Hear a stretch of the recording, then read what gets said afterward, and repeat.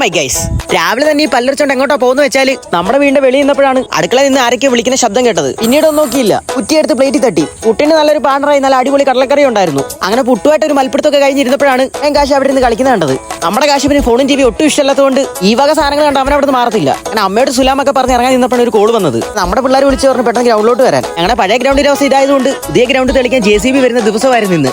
ചെന്നപ്പോ ഒരു ബായിച്ചേട്ടനായിരുന്നു. ചേട്ടനോട് വേറൊന്നും പറഞ്ഞില്ല, ഫുട്ബോൾ കളിക്കാനാണ് നല്ല പൂ പോലെ വിരിച്ചു തരണമെന്ന് പറഞ്ഞു. നമ്മുടെ ബായിച്ചേട്ടൻ പൂമെത്ത പോലെ വിരിച്ചു തന്നിട്ടാണ് പോയത്. അവിടെ ഒരു സുലാം പറഞ്ഞ് ബൈക്ക് എടുത്തോണ്ട് ഇറങ്ങി. പോകുന്ന വഴി വണ്ടിക്ക് ചെറിയൊരു കിച്ച്. പിന്നീടാണ് ഞാൻ ആ സത്യം മനസ്സിലാക്കിയത്. ഇതിൽ ഒരു തുള്ളി പെട്രോൾ പോലും ഇല്ലായിരുന്നെന്ന്. അവിടുന്ന് മെല്ലെ മന്ദം നടക്കാൻ തുടങ്ങി. അങ്ങനെ എല്ലാ സിനിമയിലും ഗസ്റ്റ് റോൾ വരുന്ന പോലെ നമ്മുടെ കഥയിലും വന്ന് ചെറിയൊരു ഗസ്റ്റ് റോൾ. പിന്നെ നമ്മുടെ ഗസ്റ്റും കൂടെ നേരെ പോയത് ഷർട്ട് എടുക്കാനാണ്. അവിടെ ചെന്ന് കയറി കുറെ നോക്കിയെങ്കിലും ഒന്നും ഇഷ്ടപ്പെട്ടില്ല. അവസാനം തപ്പി 2 കിട്ടി. അങ്ങനെ 2 ഷർട്ടും അവിടുന്ന് ഞാൻ ഇഞ്ഞു പൊക്കി. ബില്ലും പേ ചെയ്ത് ലിഫ്റ്റ് കയറി നേരെ താഴെ ഇറങ്ങി. ഇവിടുത്തെ ഇഞ്ചി നേരെ അങ്ങോട്ട് പോകുന്ന വെച്ചാൽ എന്റെ ചെറുക്കാപ്പനുള്ള പെട്രോളും മേടിച്ച് നേരെ എന്റെ വണ്ടിയുടെ അടുത്തോട്ട്.